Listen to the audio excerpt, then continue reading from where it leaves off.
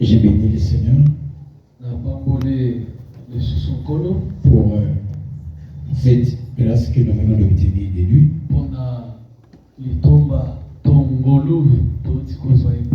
Permettant que nous nous retrouvons ici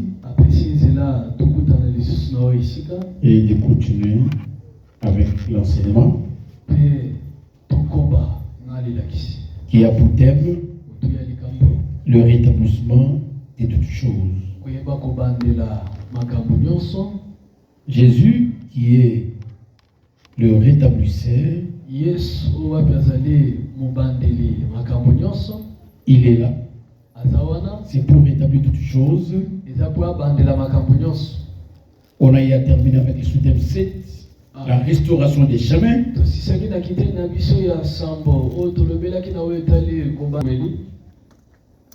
La réparation des brèches.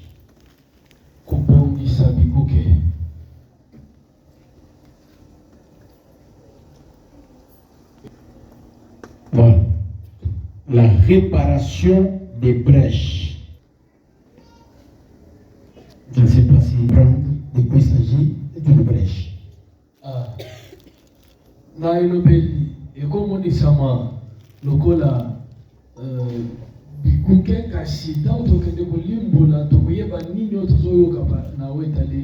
Lisons Ésaïe chapitre 58, verset 12. Ésaïe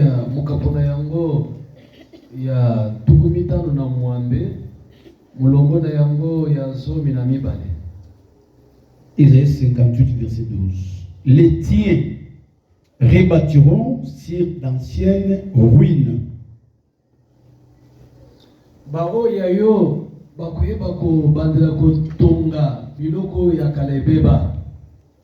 Tu relèveras des fondements antiques.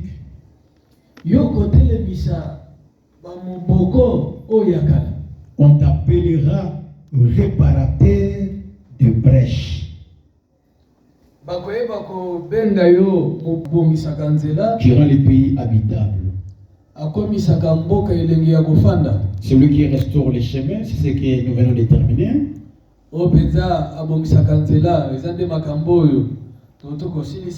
Mais on t'appellera réparateur de brèches.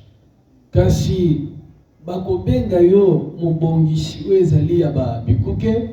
de brèches, c'est Jésus-Christ, qui est Dieu lui-même. C'est pourquoi on a dit, lui quand il viendra, il rétablira toutes choses. Oh, le rétablissement signifie restauration. Donc, c'est Jésus qui est le réparateur de brèches. Lorsque quelque chose a été mis en difficulté, lui, il est un réparateur. Il répare. Vous comprenez? Le monde nous enseigne de réparateur. Parce que un réparateur, c'est quelqu'un qui répare quelque chose qui est tombé en panne. Un téléphone tombe en panne, nous allons chercher des réparateurs. On dit que non, lui, il s'est bien réparé. Il faut aller les voir. Il répare, c'est-à-dire remettre en bon état ton téléphone, ton téléviseur, ta radio, etc. Donc, parce que la chose était importante pour vous, vous ne voulez pas la jeter, mais vous voulez que la chose soit réparée. Voilà pourquoi celui qui répare, c'est Dieu lui-même. Je peux tirer d'abord une instruction, on va aller plus loin. Ce qui veut dire que les mariages pour toi, parce que quand bien même que nous savons que le mariage n'est pas le royaume de Dieu. Mais c'est une institution divine, c'est une bonne chose. Les fiançailles, c'est aussi quelque chose que tu connais. Lorsque votre mariage, votre fiançailles se trouve en difficulté, n'est-ce pas? Les choses commencent à aller très mal dans votre mariage, dans votre fiançailles, et que vous savez à quel sein vous vouez, vous ne savez pas ce qu'il faut faire. Les choses tendent à la dissolution, au divorce, à la rupture. N'est-ce pas?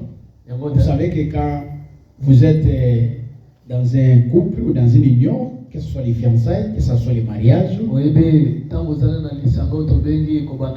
étant donné que les fiançailles et les mariages, c'est une bonne chose, c'est Dieu qui en est l'auteur, c'est lui qui l'a institué. Mais lorsqu'il tend à la dissolution ou à la rupture, ça fait mal, n'est-ce pas? Les mariages, c'est une bonne chose. Mais lorsque votre partenaire veut vous quitter, donc, ça ne peut pas vous arranger. Ça fait mal. Votre mari veut vous abandonner, veut rompre avec vous. Ça ne va pas vous arranger. Votre femme veut vous abandonner, veut vous quitter. Ça fait mal. Le fiançailles, vous avez bien commencé, mais votre fiancé veut vous quitter. La fiancée veut vous abandonner. Ça fait mal. Parce que même le monde nous enseigne. Regardez-nous dans ce monde. Lorsque les deux, l'homme et la femme, sont déjà liés par les liens du mariage, ils sont déjà unis. Mais l'homme abandonne sa femme. Se sépare, divorce avec sa femme. Je ne pense pas que le divorce va réjouir la femme. L'homme ayant répudié la femme, et la femme, de son côté, elle sera contente. Non. C'est la même chose. La femme, lorsqu'elle se sépare de son mari, le mari ne sera pas content. Dans les choses de ce monde, ces histoires, lorsque l'homme ou la femme refuse son partenaire, il y a même ceux qui piquent des crises. N'est-ce pas? Ce n'est pas vrai? C'est vrai. Il y a même des gens, d'ailleurs, souvent, certaines femmes, même certains hommes, qui se retrouvent même à la CNPP, au CNPP, ou à Télémaraba. Dans la plupart des cas, ce sont des chocs. Ce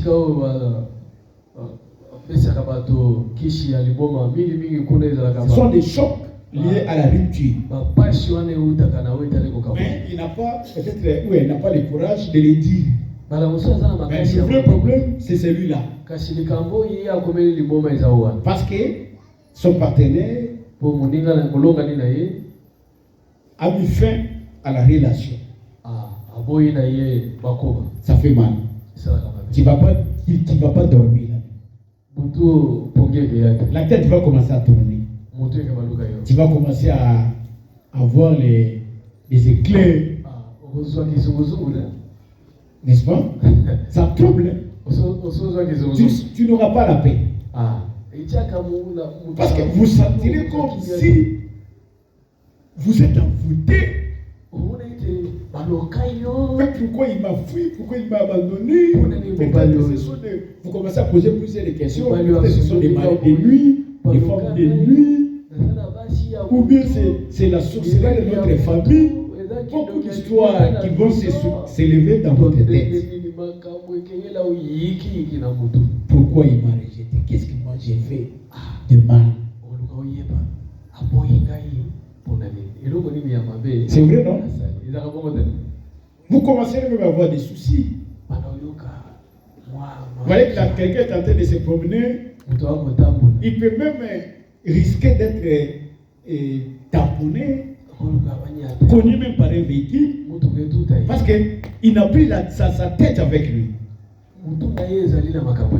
Pourquoi? Parce qu'il y a un problème dans son mariage. Son mari veut le quitter, la femme veut le quitter, la relation commence à avoir des sérieux problèmes. Je suis allé faire une prière. Je ne sais pas si le frère Bernard ou le frère Benjamin et d'autres frères m'avaient accompagné quelque part. Un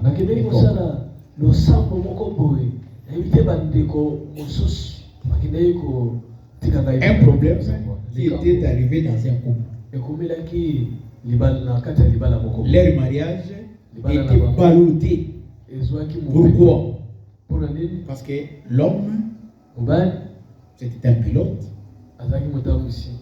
Sa femme, si vous voyez la femme, c'est une femme qui avait une belle figure. Une jolie femme. Alors, qu'est-ce qui s'est passé? Il y a un problème dans les couples. Alors, l'homme et la femme ne s'attendaient plus. Pourquoi ils ne s'attendaient plus? Parce que l'homme a fait venir un pasteur dans la maison. Quand ce pasteur est arrivé à la maison, ce pasteur a commencé à pointer, à part l'homme, tout ce qui était dans la maison comme des sorciers. Tout le monde sorcier. Et la femme, sorcier. Et les enfants, sorciers.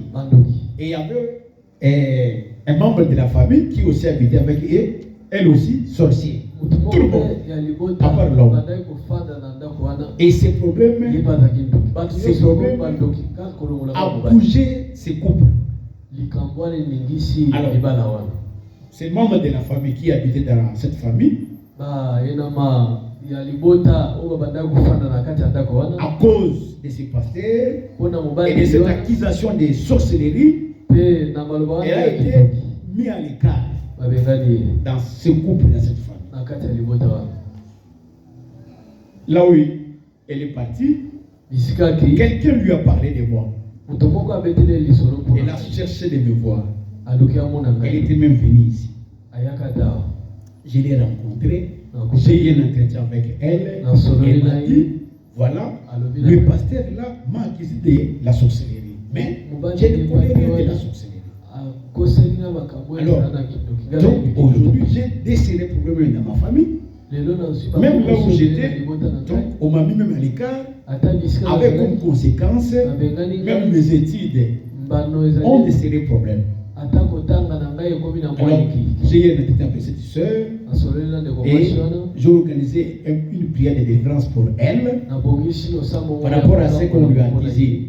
Après avoir prié pour elle, Dieu m'a parlé à son sujet et je me suis rendu compte que après les révélations de Dieu, elle n'était pas sorcière comme le fameux pasteur l'avait dit. Quand j'ai prié pour elle, cette sœur est revenue dans sa conscience. Elle a été consolée. Alors c'est elle qui est partie maintenant chez la dame, la femme de ces messieurs.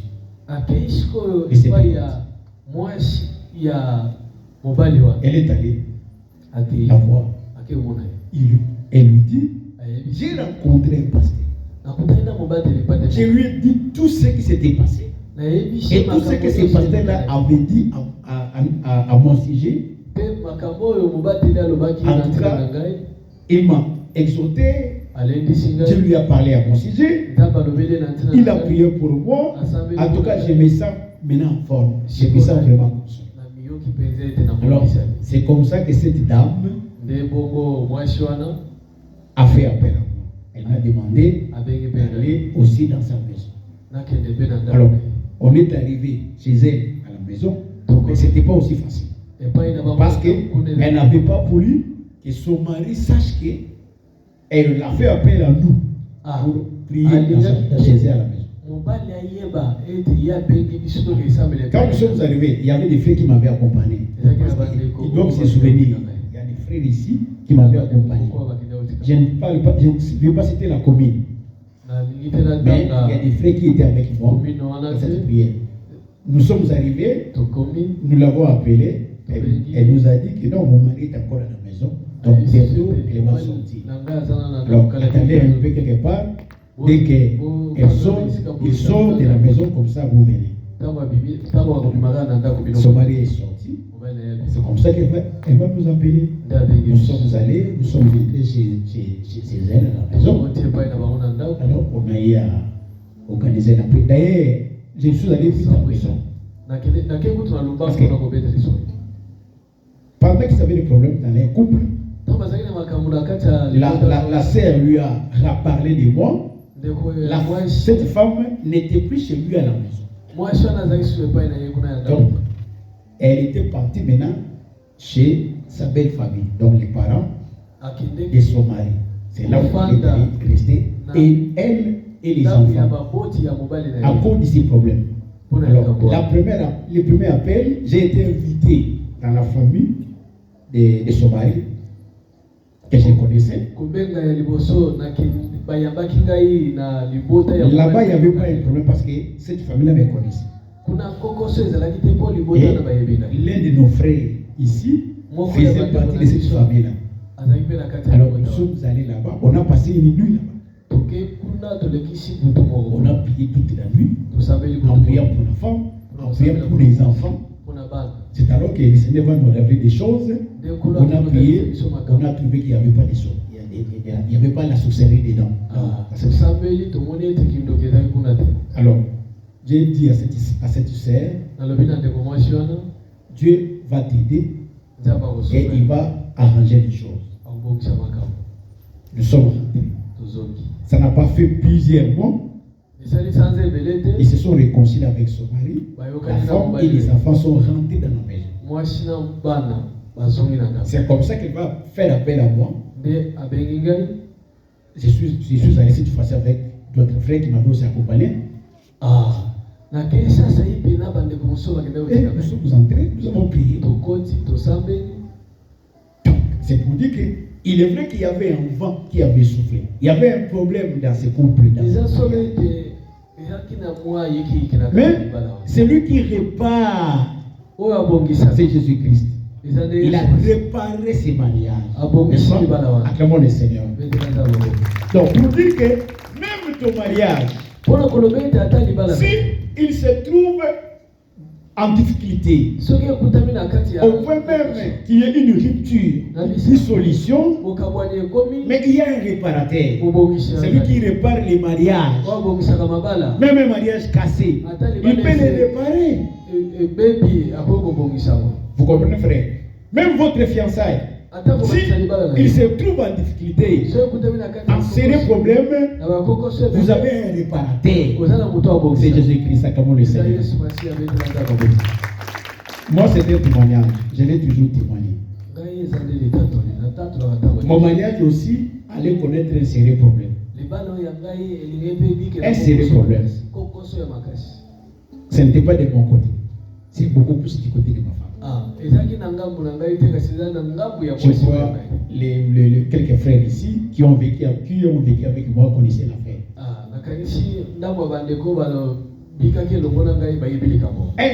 Un vent violent a eu à souffler au point de casser notre fiançailles. Alors ce vent-là a déjà emmené ma femme à prendre une décision et une position. Elle a déjà dit, moi, on arrête. Stoppons. Parce que je ne saurais pas supporter ces problèmes. Alors, je n'avais pas le temps de la voir. de parler avec elle. Mais j'ai eu l'occasion de la rencontrer dans une nuit de prière. Je l'ai appelée, je l'ai exhortée. Même si les vents soufflent, il ne faut pas prendre une position, il faut prendre une décision. De peur qu'en prenant une décision, tu risquerais de prendre une mauvaise décision. Et si la chose venait de Dieu, tu risquerais de combattre même Dieu. Quelle parole! Il serait mieux de te taire. Tais-toi seulement. Rentre dans la prière. C'est lui qui peut apaiser la tempête si Dieu le met. Je pense que les frères Benjamin peuvent se rappeler la sœur Myriam et d'autres qui connaissaient l'affaire. Donc, c'était tellement sérieux. Mais quelques temps après, par des prières, le réparateur qui est Jésus a réparé. Acclamons le Seigneur. Donc, il ne faut pas avoir peur. Même quand votre mariage se trouve en difficulté, au point même de se dissoudre, au point même d'une rupture, nous avons un réparateur. C'est lui qui répare. Si dans ce monde, nous avons des réparateurs de montres, des réparateurs de téléphones, des réparateurs de radios, de télévisions, mais dans les choses de Dieu également, nous avons un réparateur. C'est Dieu. C'est Jésus-Christ. Il répare. Là où il y a des problèmes, là où il y a des situations compliquées, un mariage qui est au point même de se dissoudre, l'homme est au point de partir, la femme est arrivée au point de partir. Vous comprenez? Les fiançailles des mariés de Joseph étaient au point de se casser. Parce que Marie, qui était sa femme, sa fiancée, ils n'étaient pas encore ensemble. Mais elle s'est retrouvée enceinte en vertu du Saint-Esprit, bien sûr. Mais la nouvelle s'est répandue. Cela est arrivé aux oreilles de Joseph, que Marie était devenue enceinte. Joseph, qu'est-ce qu'il a fait? L'Écriture nous dit, il voulait rompre secrètement. Pour ne pas la diffamer. Vous comprenez? Mais le réparateur de brèches, celui qui répare, est venu la nuit.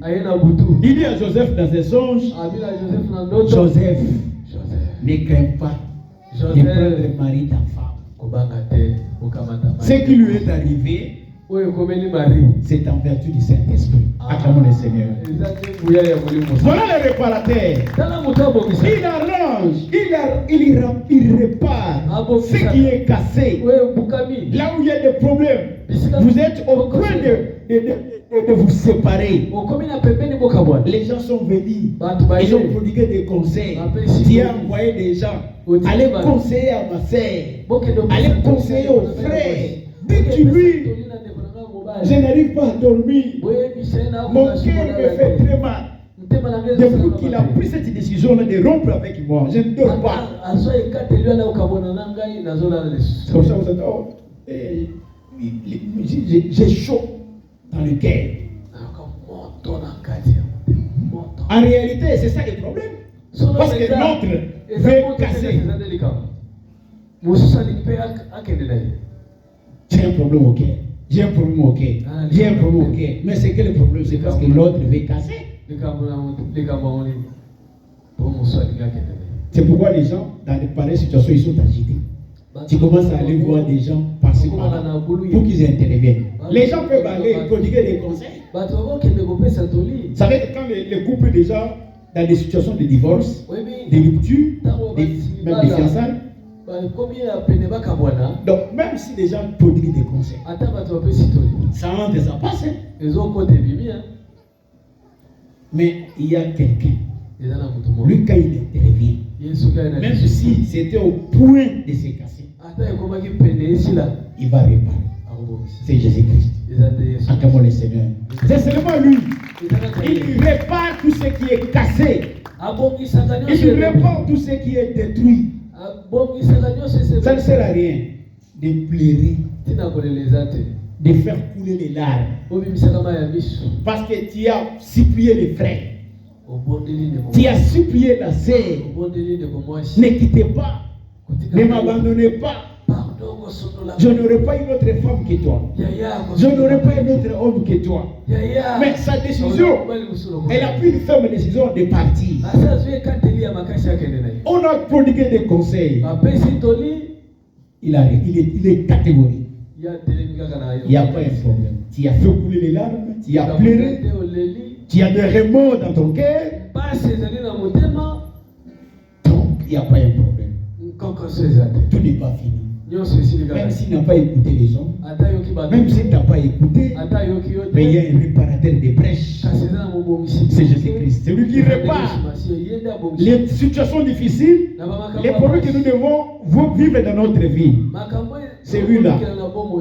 Donc, c'était seulement pour tirer une instruction. N'est-ce pas? Pour vous dire que nous avons un réparateur. Dans la situation des gens,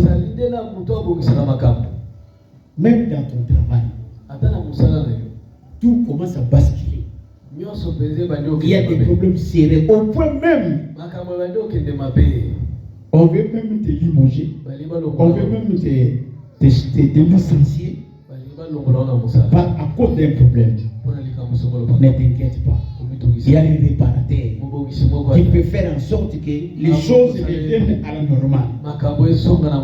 Je me rappelle, je connais un homme qui a eu des problèmes très sérieux dans son service. Un problème au haut niveau. Quand je dis au haut niveau, ça signifie que ce n'est pas un petit problème. Un problème au haut niveau. Dans ces pays. Alors, cette autorité a rédigé des lettres pour demander à ce qu'il soit démis dans ses fonctions. Pour quelles raisons? On le sait. Alors, les gens qui ont vu des lettres, ils ont appelé l'homme pour dire cette autorité-là, c'était une ministre, un ministre dans ce pays. Qui avait dit, elle demande, comme c'était une femme, elle demande à ce que tu sois démis dans tes fonctions. Pour quelle raison? On ne sait pas. Alors, cet homme, en rentrant chez lui à la maison, il m'appelle au téléphone. Il me dit, viens vite. Je suis allé. Il me dit, j'ai un problème. Vraiment un problème sérieux. Et ce problème ne demande que l'intervention de Dieu seul. Parce que je ne sais pas qui d'autre pouvait intervenir. Si une telle autorité va s'en prendre à moi.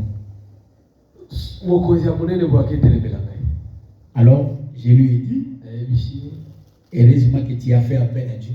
Moi, je ne suis pas Dieu, je suis qu'un instrument.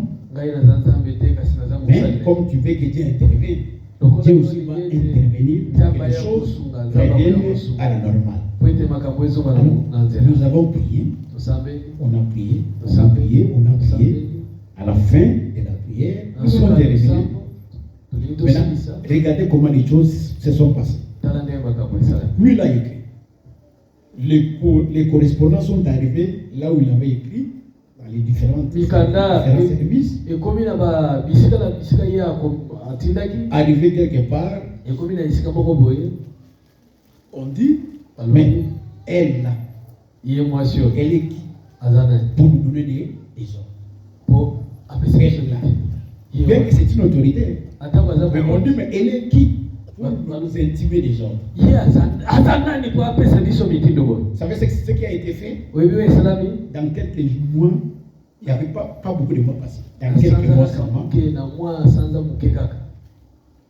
il y a eu un ménagement du gouvernement. On a changé le gouvernement. Elle a été mise à côté. Et la situation est revenue à la normale. C'est lui et elle cherchait à mettre à l'écart. Vous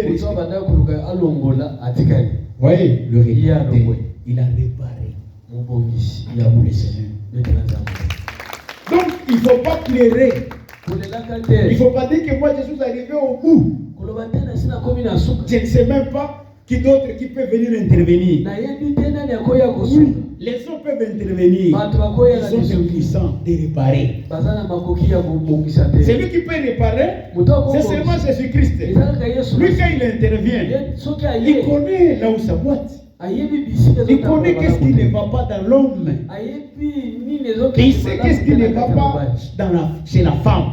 Et quand lui il intervient en tant que réparateur, il va seulement toucher là où le problème s'est posé. Il répare. Et le mariage rentre dans la normalité. C'est comme ça que tu vas voir. L'homme, c'est lui qui avait pris la décision de casser. Et il est sorti. À son retour, il change d'attitude. C'est lui qui avait dit fais ta valise. Mais à son retour, lui-même prend les valises, il les remet dans leur place. Ça que personne d'autre puisse lui dire pourquoi tu fais ça. Parce qu'un réparateur est entré dans son cœur, il a tout réparé. Acclamons le Seigneur. Voilà les réparateurs. C'est pourquoi nous disons finis les plaies. Finis les plaies. Pourquoi vous allez pleurer? Parce que pour les téléphones, pour nos radios, nos télévisions, nous avons un réparateur. Mais la même chose dans nos vies quotidiennes, dans les situations que nous rencontrons dans nos mariages, dans nos fiançailles, dans nos emplois, tout ça. Donc quand il y a quelque chose qui ne va pas là-bas, et que la chose est abîmée, c'est lui qui peut remettre ça dans un bon état. C'est Dieu lui-même. Et lui, quand il intervient, il répare la chose et tout rentre dans la normalité. C'est pourquoi on nous dit le réparateur. Jésus est un réparateur. On t'appellera réparateur de brèches. Amen. Voilà. Maintenant, je vais expliquer une brèche, c'est quoi. C'est ce qu'on va développer les génies. Une brèche, c'est quoi? Voilà. En hébreu, on appelle ça péré. C'est entendu par brèche. C'est une ouverture, c'est un trou. Un passage par où on peut passer. Une brèche, c'est une ouverture qui est faite dans un mur, dans une clôture. C'est un obstacle. Voilà. Donc, c'est ce qu'on appelle une brèche. C'est beaucoup plus pour les comprendre dans les temps anciens, n'est-ce pas? Vous avez ça. Ça, c'est une ville. Alors, qu'est-ce qu'on faisait dans les temps anciens? On construit un mur tout autour de la ville.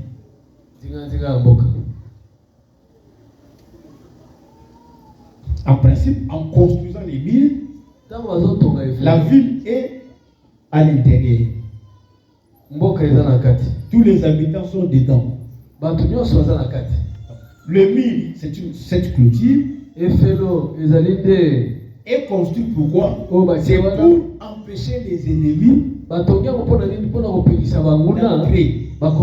en toute facilité. Ça ne permet pas aussi à ceux qui sont à l'extérieur de pénétrer, d'entrer. Ça ne permet pas aussi à vous qui êtes dedans de sortir. Donc il n'y aura pas d'entrée, pas de sortie. Parce qu'il y a une clôture, il y a un mur qui nous environne.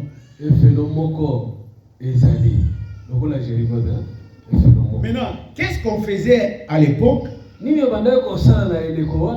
On devait maintenant faire des ouvertures. Quelque part, on fait une ouverture. On fait une ouverture. Une ouverture. C'est pour permettre soit à quelqu'un qui est à l'extérieur, il peut fuir. Et il peut venir entrer pour se réfugier. Il peut aussi permettre à celui qui est dedans, en cas de problème, il peut fuir pour aller se retrouver pour aller se protéger quelque part. Vous comprenez? Donc c'est une ouverture, c'est un passage qu'on a créé. Ça donne un accès, ça vous permet soit de sortir s'il y a un problème pour aller vous cacher quelque part. Soit également quelqu'un qui est de l'extérieur, il se trouve aussi dans des problèmes, il vient, il entre pour se trouver en sécurité. C'est ce qu'on appelle brèche. N'est-ce pas? Une ouverture, c'est un passage, un trou. Voilà. On a un trou. Donc le mur, c'est comme ici. Tout c'est bloqué. Mais nous venons, nous cassons quelque part là-bas. Nous frayons un trou. Nous créons un trou. Donc c'est tout qui sera frayé là-bas. On va appeler ça une brèche. C'est une ouverture. Ça signifie que, supposons, il n'y avait pas de porte ici. Là-bas aussi, il n'y avait rien. Tout est fermé. Mais nous créons des brèches là-bas. Ça signifie que si nous sommes attaqués par des ennemis et que nous voulons nous protéger, nous pouvons passer par ces trous-là. Vous comprenez? Donc nous entrons. La même chose, quelqu'un qui est à l'extérieur, il est poursuivi, alors il peut entrer par ces trous parce que partout c'est fermé, il entre là-bas, il vient se cacher. C'est ce qu'on appelle une brèche. N'est-ce pas? Est-ce que vous avez compris? Est-ce que vous avez compris une brèche? Alors, maintenant on dit, on t'appellera réparateur de brèches. Ça signifie quoi? On va appeler Jésus-Christ le réparateur des brèches. Cela signifie quoi? C'est pas ici que nous allons terminer. Donc, il arrivait que ces brèches qui ont été ouvertes, ces trous, ces passages, il arrivait des moments, d'autres personnes viennent, ils ferment ces brèches. Ils ferment les brèches. Quand on ferme, pas d'entrée, pas de sortie. Celui qui est à l'extérieur, s'il veut se réfugier ici, il passera par où? Parce que dans les temps anciens, en dehors des grands portails, il y avait des portails aussi. Des sorties officielles. Ce sont des sorties officielles. Donc tout le monde, pour sortir, ne pouvait sortir que par ces mêmes chemins. Ce sont des sorties officielles. Alors, en cas de problème, vous ne pouvez pas utiliser d'autres sorties parce que tout est barricadé. Mais lorsqu'on laisse des brèches, c'est une ouverture. Ça permet à la personne qui est poursuivie de l'autre côté de bien se cacher. Ou bien celui qui est ici, il est persécuté ou il a des problèmes, il peut sortir par la brèche. Parce que s'il sort par la porte officielle, il peut être arrêté. On peut refuser son entrée. La même chose, quelqu'un qui est étranger, s'il vient par la grande porte, il n'entrera pas. Donc on va lui refuser l'accès. Mais s'il entre par une brèche, personne ne le verra. Donc c'est comme ça que on avait créé des brèches. Alors, maintenant, si ces brèches sont fermées, donc il n'y a pas d'entrée, pas de sortie. Les Écritures nous disent, on t'appellera réparateur des brèches. Vous comprenez? C'est que nous comprenons que les brèches sont vraiment importantes. C'est très nécessaire. Alors, dans une ville fortifiée, une ville barricadée, donc il doit avoir des brèches. Alors, s'il n'y a pas de brèches, même ceux qui sont à l'intérieur, même ceux qui sont à l'extérieur, se trouveront en difficulté. Parce que l'ennemi peut venir et que vous voulez fuir. Donc, parce qu'à l'époque, lorsque vous êtes en guerre avec l'armée ennemie, même les armées ennemies, qu'est-ce qu'ils faisaient? Ils viennent d'abord par la grande porte. Ils bloquent la grande porte. Parce qu'ils savent que la sortie officielle, c'est celle-là. On bloque. Vous n'allez pas sortir. Non, c'est pas ça. Ils savaient aussi que dans chaque ville, il y avait aussi des brèches. Alors, s'ils veulent aussi vous bloquer, ils doivent aussi chercher à retrouver toutes les brèches. Alors, vous êtes à l'intérieur, ils ont bloqué les brèches. Ils ont bloqué les grandes sorties. Donc, vous êtes enfermé, vous êtes encerclé. Vous ne pouvez plus sortir. Ils peuvent vous tuer. C'est comme ça que si vous voulez que la ville puisse respirer, il faut commencer par rétablir les brèches, remettre les brèches. N'est-ce pas? Ce qu'on appelle, c'est qu'on a dit, il faut réparer les brèches, remettre les brèches, rétablir les brèches, parce que ces brèches sont très très importantes. Voilà ce que vous pouvez comprendre par une brèche. C'est une ouverture, c'est un trou qu'on ouvre dans un mur ou dans une tire. C'est un passage, ça permet à quelqu'un de sortir là-bas. Même s'il y a la porte de sortie, la porte officielle, on crée une autre sortie.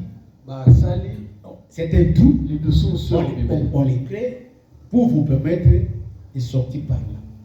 C'est ce qu'on appelle une brèche. Alors, les génies, c'est ce qu'on va développer, n'est-ce pas?